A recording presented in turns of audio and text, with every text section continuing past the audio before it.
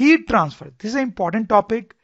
इसमें बहुत ज्यादा थियरी नहीं होती है, बट इसमें न्यूमेरिकल्स बहुत ज्यादा होते हैं। तो देखते हैं क्या है इसमें। सपोज करो हमारे पास दो ब्लॉक्स हैं, एक हाई टेम्परेचर पे 100 डिग्री मान लो, एक लो टेम्परेचर पे 10 डिग्री ले लेते हैं।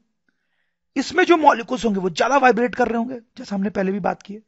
इसमें जो मॉलिक्यूल्स होंगे वो थोड़ा थोड़ा वाइब्रेट कर रहे होंगे, थोड़ा थोड़ा वाइब्रेट कर रहे होंगे। अब यहां पे क्या होगा, ये जो मॉलिक्यूल्स हैं वो इन मॉलिक्यूल्स से कोलाइड करेंगे एज पे। तो इनके बीच में जब कोलिजन होगा तो इसको काइनेटिक एनर्जी मिलेगी, क्योंकि इसकी अभी काइनेटिक एनर्जी कम है, तो कोलिजन में इसको काइनेटिक एनर्जी मिलेगी, इसकी काइनेटिक एनर्जी बढ़ जाएगी, और इसकी बढ़ी तो इसकी क्या होगी, कम हो जाएगी। वैसे ये दोनों जब कोलाइड करेंगे तो इसकी काइनेटिक एनर्जी बढ़ेगी, इसकी काइनेटिक एनर्जी कम होगी। अब देखो इन दोनों की काइनेटिक एनर्जी बढ़ गई है, तो ये दोनों अपने बगल वालों के साथ कोलाइड करेंगे, और कोलाइड करके इनकी काइनेटिक एनर्जी बढ़ाएंगे, तो ये भी ज्यादा ऑसिलेट करने लगेंगे, ज्यादा ऑसिलेट। फिर ये अपने बगल वालों से कोलाइड करेंगे, तो इनसे कोलाइड करेंगे तो इनकी काइनेटिक एनर्जी बढ़ाएंगे, तो ये ज्यादा ऑसिलेट करने लगेंगे, लाइक दिस। सो आप देखो ये ज्यादा ऑसिलेट करने लगे, मतलब इनका टेम्परेचर क्या हुआ, बढ़ रहा है। यहां पे ऑसिलेशन कम हुए, वाइब्रेशन कम हुआ, मतलब टेम्परेचर कम हुआ है। बेसिकली यहां से यहां हीट का ट्रांसफर हुआ है, यहां से यहां हीट का ट्रांसफर हुआ है। तो इसमें हीट कम हुई है और इसमें हीट मिल गई जाके, तो हीट का ट्रांसफर हुआ। तो ये जो तरीका है हीट ट्रांसफर होने का, इसको हम बोलते हैं कंडक्शन। लेकिन हीट और भी तरीके से ट्रांसफर हो सकती है एक जगह से दूसरी जगह। जैसे ये कैंडल है, उसके ऊपर अपना हाथ आप रखते हो तो आपको गर्मी फील होती है, मतलब यहां पे भी हीट ट्रांसफर हो रहा है कैंडल से आपके हाथ तक। देखो ये कैसे होता है, इसमें क्या होता है कि ये जो मॉलिक्यूल्स होते हैं फ्लेम के अगल बगल, एयर मॉलिक्यूल्स, ये जो एयर मॉलिक्यूल्स होते हैं फ्लेम के अगल बगल, ये फ्लेम के कारण बहुत गर्म हो जाते हैं, और जब ये गर्म हो जाते हैं तो ये बहुत हल्के हो जाते हैं, और हल्के होने के बाद ये ऊपर उठते हैं, ऐसे ऊपर उठते हैं। तो ये गर्म मॉलिक्यूल्स ऊपर उठते हैं, उठ के आपके हाथ से टकराते हैं आके, और जब ये गर्म मॉलिक्यूल्स आपके हाथ से टकराते हैं तो आपको गर्मी फील होती है। तो ऐसा हो रहा होता है यहां पे। तो ये जो प्रोसेस है हीट ट्रांसफर का, इसको हम बोलते हैं कन्वेक्शन। तो इन दोनों प्रोसेसेस में शायद आपको अंतर समझ में आया हो। इस प्रोसेस में क्या हो रहा है कि एयर मॉलिक्यूल्स खुद हीट लेके इधर से उधर जा रहे हैं, यहां तक खुद एयर मॉलिक्यूल्स यहां से यहां तक जा रहे हैं, चल के जा रहे हैं हीट लेके। यहां पे कोई भी पार्टिकल लेके जा नहीं रहा है हीट को, इसमें कोलिजन के थ्रू हीट ट्रांसफर हो रहा है, कोलिजन के थ्रू। तो कंडक्शन जो है that is mode of heat transfer, जिसमें कि molecules transfer heat by collision. तो कंडक्शन में molecules transfer heat by collision, there is no movement of molecules from one location to other, सही है। कन्वेक्शन में molecules move from one location to other to transfer heat, सही है। तो इसमें molecules खुद हीट को लेके जा रहे हैं, एयर के मॉलिक्यूल्स, और इसमें कोई हीट को लेके जा नहीं रहा है, कोलिजन के द्वारा हीट को पास किया जा रहा है। तो ये दो डिफरेंट तरीके हैं जिनसे हीट का ट्रांसफर हो सकता है। इनफैक्ट एक और तरीका होता है हीट ट्रांसफर करने का, दैट इज कॉल्ड रेडिएशन। ये काफी कॉम्प्लिकेटेड तरीका होता है हीट ट्रांसफर का, और इसको हम चैप्टर के लास्ट तक जाते जाते ही समझ पाएंगे, अभी इसकी ज्यादा बात नहीं कर पाएंगे। तो ये तीनों जो मोड्स हैं हीट ट्रांसफर के, ये तीन मोड्स, इनको डिस्टिंग्विश करने के लिए कई बार ये एनालॉजी भी यूज की जाती है, जो कि बड़ी अच्छी एनालॉजी है। जैसे आप सपोज करो यहां पे ब्रिक्स का ढेर है, ब्रिक्स का, ठीक है, ब्रिक्स। इन ब्रिक्स को हमें यहां पहुंचाना है, यहां पहुंचाना है इन ब्रिक्स को। तो इन ब्रिक्स को यहां से यहां पहुंचाने के कई सारे तरीके हैं। एक तरीका है कि बहुत सारे लोग ऐसे लाइन में खड़े हो जाएं, लाइन में खड़े हो जाएं।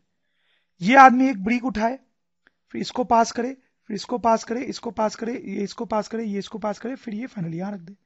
फिर ये दूसरा ब्रिक उठाए और फिर ऐसे ही पास चलता रहे और फाइनली ब्रिक यहां जाए। ठीक, ये एक तरीका है। ये जो तरीका है दिस इज कंडक्शन। अब देखो कंडक्शन में ये हो रहा था, इसने कोलिजन करके हीट इसको दी, इसने कोलिजन करके हीट इसको दी, इसने कोलिजन करके हीट इसको दी, तो कोलिजन से हीट पास हो रही थी, पास की जा रही थी। वैसे इसमें ब्रिक पास किया जा रहा है। दूसरा तरीका इसको इधर लाने का ऐसा था कि ये जो आदमी है ये ब्रिक उठाए और खुद दौड़ के आए यहां तक और फिर ब्रिक को रखे। फिर ये आदमी दूसरा ब्रिक उठाए, फिर ये दौड़ के यहां तक आए और फिर ब्रिक को रखे। ऐसा चलता रहे। This process is convection. अब देखो कन्वेक्शन में ये हो रहा था, एयर मॉलिक्यूल खुद ऊपर हीट को लेके जा रहा है, एयर मॉलिक्यूल्स खुद हीट को ऊपर लेके जा रहे हैं, खुद लेके जा रहे हैं। वैसे ये आदमी खुद ब्रिक को लेके जा रहा है। तो दिस इज कन्वेक्शन। रेडिएशन में क्या होता है, हालांकि मैंने आपको बताया नहीं है। तीसरा तरीका क्या है इसको फेंकने का, मतलब आई मीन इन ब्रिक्स को इधर ले जाने का। इस आदमी ने ब्रिक उठाई और सीधे फेंक दिया। देखिए इसमें दौड़, इसमें आदमी खुद जा रहा था, खुद जा रहा था इसको लेके। इसमें आदमी निकम्मा है, उसने ब्रिक उठाई और सीधे फेंक दिया, फिर दूसरी ब्रिक उठाई फिर फेंक दिया। तो ऐसे वो फेंकता जा रहा है। तो ये जो तरीका है ये रेडिएशन जैसे है, रेडिएशन से मिलता जुलता है। जब हम रेडिएशन पढ़ेंगे तो आप और समझ जाओगे। जैसे एक और कंपैरिजन अगर हम देखें तीनों में, तो सपोज करो यहां फायर है, यहां फायर जल रहा है, ठीक है। तो फायर के ऊपर आपने अपना हाथ रख रखा है, तो आपको गर्मी फील हो रही है। तो ये कन्वेक्शन है, कन्वेक्शन। देखो ये वही प्रोसेस है जो कैंडल में चल रहा था।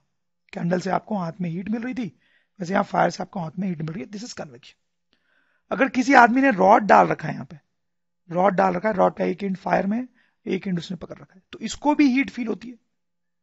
इसको जो हीट फील हो रही है वो कंडक्शन से फील हो रही है। क्या हो रहा है कि ये जो एंड है वो फ्लेम में है, तो ये गर्म हो जाता है ये एंड, तो यहां के मॉलिक्यूल्स बहुत वाइब्रेट करने लगते हैं, बहुत ज्यादा। फिर ये बगल वाले मॉलिक्यूल्स के साथ कोलाइड करते हैं तो वो भी ज्यादा वाइब्रेट करने लगते हैं, वो बगल वाले मॉलिक्यूल से कोलाइड करते हैं तो वो भी वाइब्रेट करने लगते हैं। ऐसे करते करते रॉड के इस एंड के मॉलिक्यूल्स भी वाइब्रेट करने लगते हैं ज्यादा। तो ज्यादा वाइब्रेट करने लगे मतलब उनका टेम्परेचर बढ़ गया है, तो इस आदमी को भी अब गर्मी फील होती है। ये तीसरा केस है जिसमें आदमी ने साइड में अपना हाथ रख रखा है, साइड में, और इसको अभी भी हीट फील हो रही है। होता है ऐसा, करते हैं हम गर्मी सर्दियों के टाइम में ऐसा काम करते हैं, फायर जल रहा होता है, हाथ हमने यहां रखा है, तो भी हमें गर्मी फील होती है। This process is radiation. ये अलग प्रोसेस है। देखो यहां कंडक्शन तो हो ही नहीं सकता, यहां कंडक्शन नहीं हो सकता, क्योंकि कंडक्शन के लिए तो बीच में कंडक्टर होना चाहिए ना कोई। यहां तो कुछ कंडक्टर है नहीं बीच में, तो कंडक्शन तो है नहीं यहां पे। कन्वेक्शन भी नहीं है यहां पे, क्योंकि कन्वेक्शन में तो मॉलिक्यूल्स गर्म होकर ऊपर जाते हैं, ऊपर जाते हैं, साइड में नहीं आते हैं, साइड में नहीं आते। ये अलग ही प्रोसेस है रेडिएशन, जिसके बारे में हम डिटेल में आगे देखेंगे। तो हमने तीन तरीके देखे हीट ट्रांसफर के। तो सबसे पहले हम कंडक्शन को डिटेल में देखेंगे, फिर बाकी दोनों की बात करेंगे। और कंडक्शन को भी देखने से पहले एक दो छोटे छोटे पॉइंट्स देख लेना अच्छा होगा। पहला पॉइंट बड़ा सिंपल है कि heat flows from high temperature to low temperature. ये तो बहुत ही सिंपल सी बात है, अभी तक आप अच्छे से समझ गए होंगे कि heat flows from high temperature to low temperature. दूसरा पॉइंट है for rise in temperature, rise in temperature heat must be absorbed. For rise in temperature heat must be absorbed. देखो इसका क्या मतलब है। सपोज करो कि एक रॉड है मेरे पास, उसमें बीच का कोई छोटा सा एक पार्ट लिया मैंने, ठीक है। यहां से कुछ हीट आ रही है Q1 और यहां से कुछ हीट जा रही है Q2। सब देखो हीट आ रही है और हीट जा भी रही है, मतलब हीट का फ्लो हो रहा है, फ्लो तो हो रहा है हीट का, ठीक। लेकिन सपोज करो Q1 और Q2 बराबर है। इसका क्या मतलब हुआ कि जितनी हीट आई उतनी ही चली गई। तो जितनी हाई हीट उतनी ही चली गई, तो इसने तो कोई हीट रखी नहीं, और क्योंकि इसने कोई हीट नहीं रखी है तो इसका टेम्परेचर चेंज नहीं होगा, टेम्परेचर विल बी कांस्टेंट। सही है। सो तो आप देखें, कई बार लोग इसमें कंफ्यूज हो जाते हैं, लोग सोचते हैं कि हीट फ्लो हो रही है तो टेम्परेचर बढ़ेगा। नो, जरूरी नहीं है। हीट एब्जॉर्ब होनी चाहिए, एब्जॉर्ब होनी चाहिए, क्योंकि जितनी हीट आई उतनी ही चली गई, तो फ्लो तो हुआ लेकिन एब्जॉर्ब नहीं हुई हीट, इसलिए टेम्परेचर कांस्टेंट रहा। अब इसी केस में आप क्लियरली समझ ही रहे होंगे कि अगर Q1 बड़ा होता Q2 से तो क्या होता, ज्यादा हीट आती और कम जाती। इसका मतलब हीट क्या होती, एब्जॉर्ब। इस केस में हीट एब्जॉर्ब होती, तो इस केस में टेम्परेचर बढ़ता। तीसरा केस बहुत ऑब्वियस है कि Q1 अगर लेस देन Q2 होता तो क्या मतलब होता, कम हीट आई और ज्यादा चली गई, ज्यादा चली गई, मतलब इसने हीट लूज की, मतलब इसका टेम्परेचर कम होगा। ओके, अब हम एक टर्म डिफाइन करेंगे, दैट इज कॉल्ड रिजर्वायर। हालांकि कोई बहुत ज्यादा इंपॉर्टेंट टर्म नहीं है, बट कई बार क्वेश्चंस में आ जाता है तो लोग कंफ्यूज हो जाते हैं। देखो जनरली क्या होता है कि अगर आप किसी सब्सटेंस को हीट देते हो तो टेम्परेचर बढ़ता है, और अगर हीट लेते हो तो टेम्परेचर कम होता है। सही है, यही होता है जनरली। बट रिजर्वायर ऐसे सब्सटेंसेस होते हैं जिनको आप हीट दे दो या जिनसे हीट ले लो, दोनों ही केस में टेम्परेचर जो है वो कांस्टेंट रहता है। ऐसे सब्सटेंसेस को हम रिजर्वायर बोलते हैं। जैसे देखो, ये रूम हीटर है, ये आपने देखा होगा, यूज भी किया होगा, इसको हम रिजर्वायर की तरह सोच सकते हैं। देखो ये हीट देता है, हीट देता है, लेकिन तभी भी इसका टेम्परेचर तो कांस्टेंट ही रहता है ना। ऐसा थोड़ी है कि कुछ देर बाद ये ठंडा हो जाता है, नहीं, इसका टेम्परेचर कांस्टेंट रहता है। तो दिस इज अ रिजर्वायर। लेकिन यहाँ पे कोई मैजिक नहीं हो रहा है कि हीट दे भी रहा है और टेम्परेचर तब भी कांस्टेंट है, कोई मैजिक नहीं है यहाँ पे। ऐसा क्यों हो रहा है, क्योंकि ये तो इलेक्ट्रिसिटी से कनेक्टेड होता है ना, इलेक्ट्रिसिटी से। तो इलेक्ट्रिसिटी से कनेक्टेड है, इसलिए इसका टेम्परेचर कांस्टेंट रहता है। आप इलेक्ट्रिसिटी हटा दो तो थोड़ी देर में ये ठंडा हो जाएगा। ठीक, तो अगर ये इलेक्ट्रिसिटी से कनेक्टेड है तो this is acting like a reservoir. जैसे एक और एग्जांपल आप देख सकते हो रिजर्वायर का, जैसे सपोज करो मेरे पास आइस है 0 डिग्री सेंटीग्रेड और कुछ वाटर भी है उसमें। आइस और वाटर दोनों 0 डिग्री सेंटीग्रेड पे, तो ये जो सिस्टम है ये भी रिजर्वायर की तरह एक्ट करता है, ये भी रिजर्वायर की तरह एक्ट करता है। अब देखो, अगर आप इसको हीट दोगे तो क्या होगा, हीट दोगे तो क्या होगा, इसका फेज ट्रांसफॉर्मेशन होगा, टेम्परेचर चेंज नहीं होगा। कैलोरीमेट्री में हमने पढ़ा था, इसका फेज ट्रांसफॉर्मेशन होगा। क्या होगा यहां पे हीट देने पे, आइस जो है वो वाटर में कन्वर्ट होगा, आइस वाटर में कन्वर्ट होगा, लेकिन टेम्परेचर जो है वो कांस्टेंट ही रहेगा। वैसे अगर आप इससे हीट ले लेते हो, हीट लेते हो तो फिर से फेज ट्रांसफॉर्मेशन होगा। अब वाटर जो है वो आइस में कन्वर्ट होगा, but temperature will remain constant. ठीक, अब देखो ये भी रिजर्वायर की तरह एक्ट कर रहा है। तो वेरी सिंपल, रिजर्वायर कहीं पर भी आएगा तो हम सोचेंगे ऐसी चीज है कि यार इसको हीट देने या लेने से इसका टेम्परेचर चेंज नहीं होगा, इसका टेम्परेचर कांस्टेंट रहेगा। अब कंडक्शन के बारे में बात करते हैं। कंडक्शन को अच्छे से समझने के लिए ये सेटअप देखें आप। ये मेरे पास एक रिजर्वायर है, ठीक है, ये दूसरा रिजर्वायर है, इसका टेम्परेचर T1 ले लेते हैं से 100 डिग्री सेंटीग्रेड, और इस रिजर्वायर का टेम्परेचर T2 ले लेते हैं 0 डिग्री सेंटीग्रेड। ठीक है, इन दोनों रिजर्वायर को हमने एक कंडक्टिंग रॉड से कनेक्ट कर दिया, और ये जो व्हाइट वाली चीज देख रहे हैं आप कंडक्टर के अराउंड, वो इंसुलेटर है। इंसुलेटर वो इसलिए लगाया गया है ताकि इस कंडक्टर से कोई हीट लॉस इस डायरेक्शन में ना हो सके, ना हो सके। ये जो रेड रेड है वो थर्मोमीटर है, थर्मोमीटर। ठीक है, ये सेटअप है हमारा। तो अब जैसे ही ये सेटअप हम तैयार करते हैं, क्या होगा यहां पे, हीट फ्लो होगा। देखो यहां पे हाई टेम्परेचर है और यहां पे लो टेम्परेचर है, तो हाई टेम्परेचर से लो टेम्परेचर की तरफ हीट का फ्लो होता है, और कुछ देर तक ऐसा पाया जाता है कि इस थर्मोमीटर की रीडिंग चेंज होती है, चेंज होती है। इन दोनों थर्मोमीटर की रीडिंग भी चेंज होती है। कुछ देर तक तीनों थर्मोमीटर की रीडिंग चेंज होती रहती है, लेकिन कुछ देर बाद ऐसा पाया जाता है कि तीनों थर्मोमीटर की रीडिंग कांस्टेंट हो जाती है। कुछ देर बाद तीनों की रीडिंग कांस्टेंट हो गई।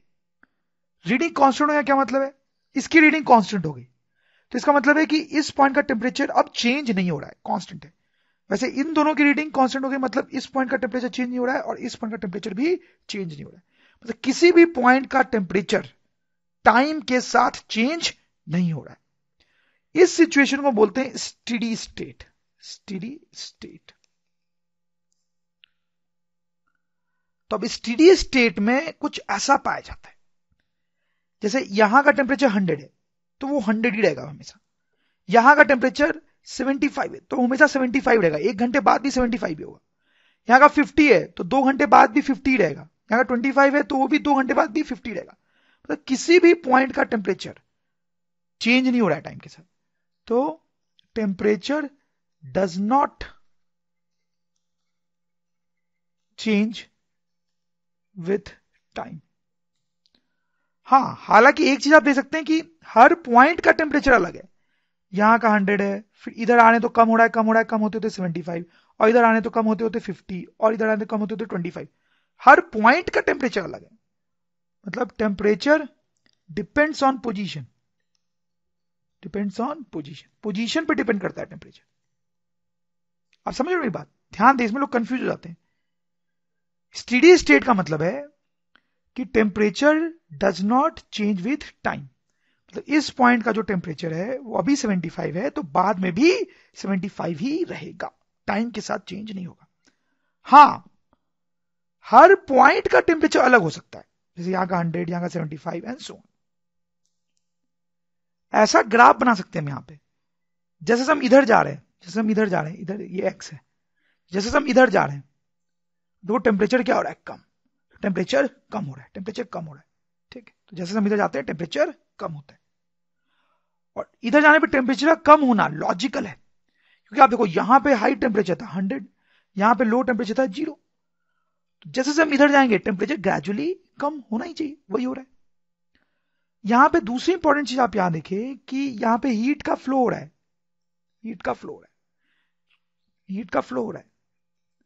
क्यों हो रहा है हीट का फ्लो? हीट जो है वो हाई टेम्परेचर से लो टेम्परेचर की तरफ फ्लो करती है। देखो यहां हाई टेम्परेचर, यहां लो, तो यहां से यहां हीट का फ्लो होगा। फिर यहां लो, तो फिर यहां से यहां हीट का फ्लो होगा। फिर यहां हाई, यहां लो, तो यहां से यहां हीट का फ्लो हो रहा है। फिर यहां हाई, यहां लो, तो यहां से यहां हीट का फ्लो हो रहा है। तो जैसे जैसे हम इधर जा रहे हैं हीट का फ्लो होता जा रहा है, लेकिन हीट एब्जॉर्व नहीं हो रही है। कैसे पता मुझे कि एब्जॉर्व नहीं हो रही है? क्योंकि अगर हीट एब्जॉर्व होती तो फॉर एग्जाम्पल इस पॉइंट का टेम्परेचर बढ़ जाता। हमने कुछ देर पहले देखा है। लेकिन इस पॉइंट का टेम्परेचर कांस्टेंट है, मतलब जितनी हीट आ रही है उतनी हीट जा रही है, कोई भी हीट एब्जॉर्ब नहीं हो रही है। हर पॉइंट के साथ यही कहानी है, इसका टेम्परेचर भी कांस्टेंट है, मतलब जितनी हीट आ रही है उतनी हीट जा रही है। तो हीट फ्लो हो रही है, ध्यान दें आप, हीट फ्लो हो रही है लेकिन एब्जॉर्व नहीं हो रही है। So this is very important point कि स्टेडी स्टेट का मतलब क्या है। स्टेडी स्टेट का मतलब यह है कि temperature does not depend with time, temperature is constant with time. तो हमने फाइनली ये देखा कि यहां हाई टेम्परेचर था और यहां लो टेम्परेचर था, तो हीट इधर की तरफ फ्लो हुई स्टेडी स्टेट में। अब ये जो हीट फ्लो होती है उसको हम क्यू से डिनोट कर रहे हैं, वो इतनी होती है के इंटू ए T1 minus T2 upon L into T. इतनी हीट फ्लो होती है। ये जो फॉर्मूला है वही मेन चीज है। इसके पहले जो मैंने आपको थियरी बताई वो उतनी खास इंपॉर्टेंट नहीं है। This formula is the main thing, कि यहां से यहां तक जो हीट फ्लो हो रही है उसका फॉर्मूला इतना है। अब देखिए इसका मतलब क्या है। यहां पे T1 T2 था, आप समझ रहे हो क्या है? ये L क्या है?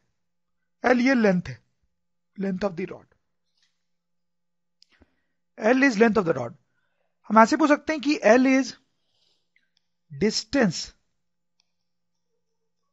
ट्रेवल्ड बाय हीट, ऐसा ही बोल सकते हैं। ठीक, अब देखो ये अगर लेंथ L है तो हीट कितना डिस्टेंस ट्रेवल कर रही है? L। A क्या है? A is actually cross sectional area,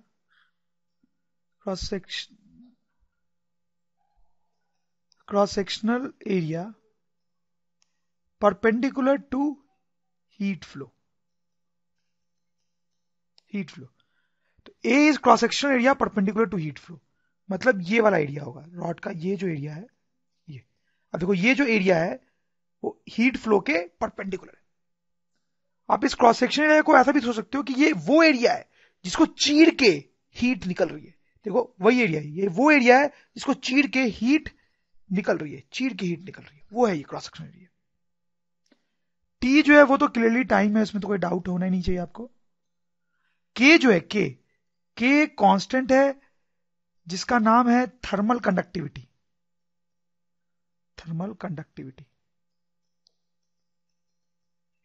ये प्रॉपर्टी होता है मटेरियल की।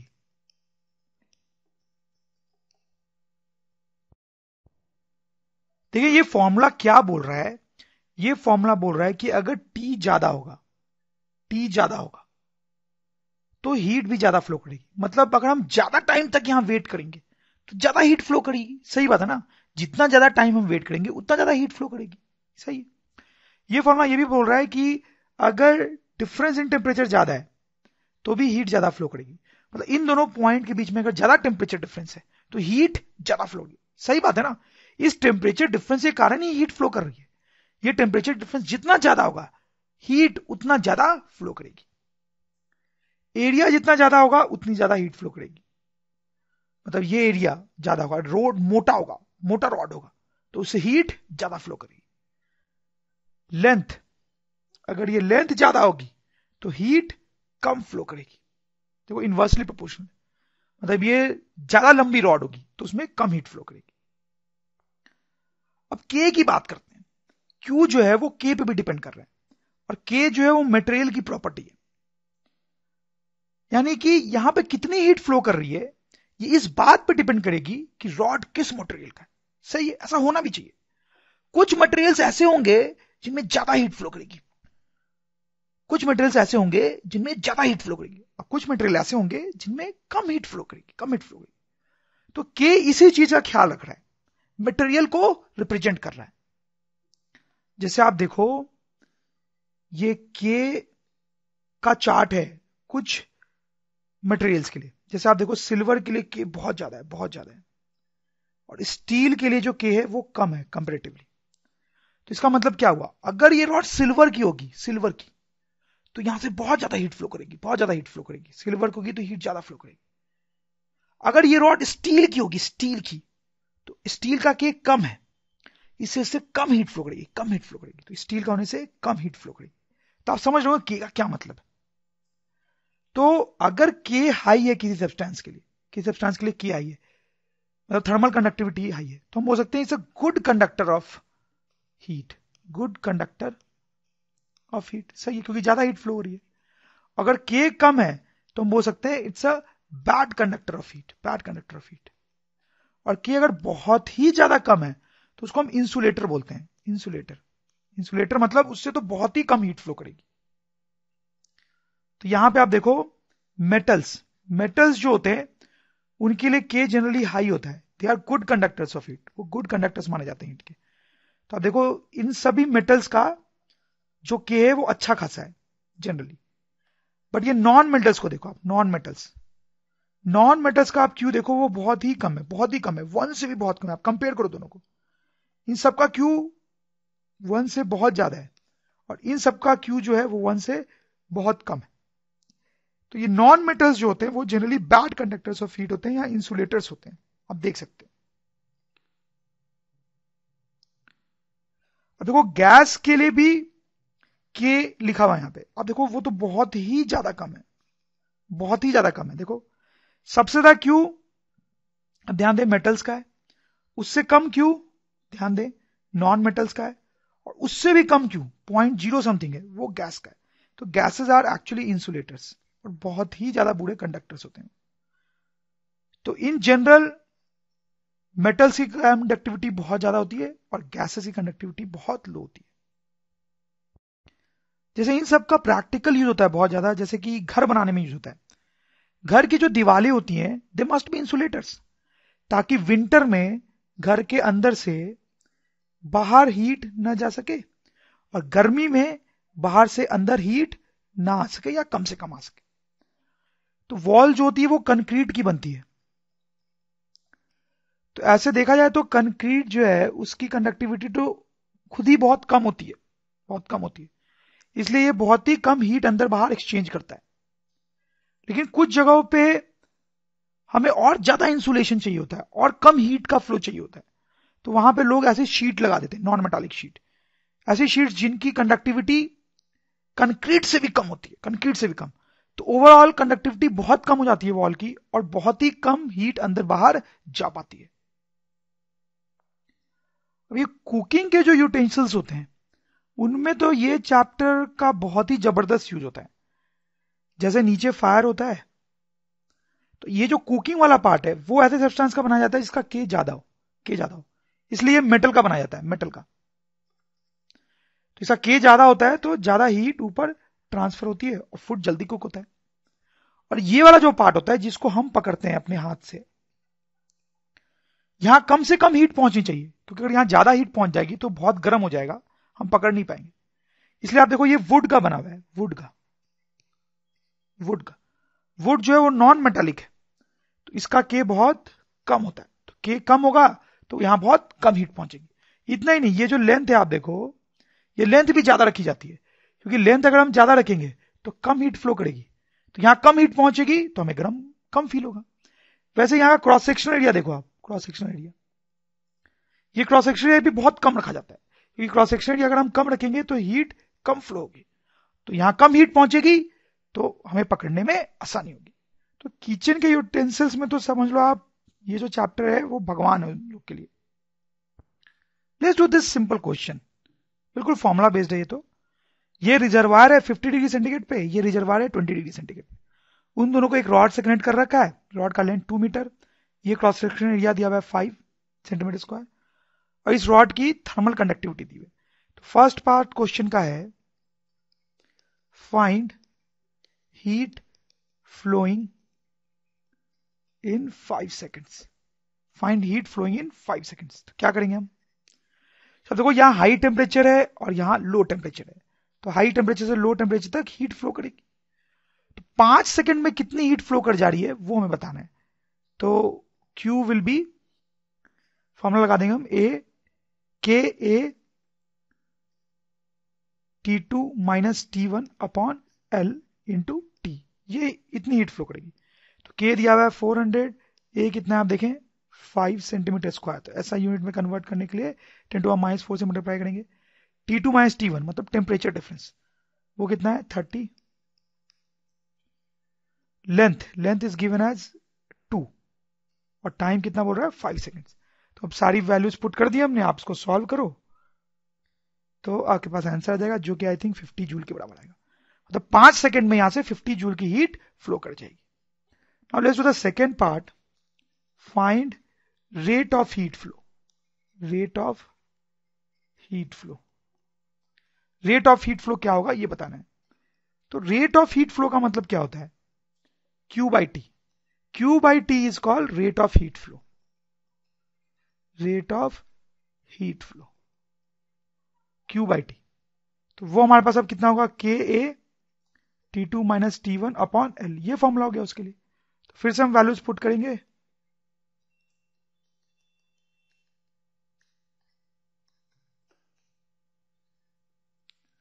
and now you will get actually 10 joule, 10 joule।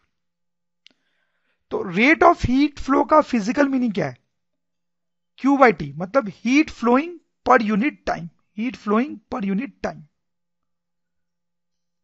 Heat flowing per unit time.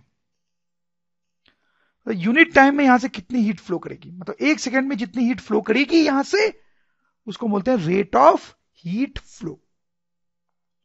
इस एग्जांपल में ये एक रिजर्वायर है 100 डिग्री सेंटीग्रेड पे, ये दूसरा रिजर्वायर है 0 डिग्री सेंटीग्रेड पे। उन दोनों के बीच में 2 रॉड कनेक्टेड है X एंड Y। ये जंक्शन है रॉड्स का जिसका टेम्परेचर T0 लिखा हुआ है। दोनों रॉड्स के क्रॉस सेक्शन एरिया सेम है 1 सेंटीमीटर स्क्वायर, दोनों रॉड्स के लेंथ भी सेम है 1 मीटर, लेकिन उनकी थर्मल कंडक्टिविटी अलग है। थर्मल कंडक्टिविटी अलग है मतलब दोनों अलग सब्सटेंस के बने हुए, ठीक है।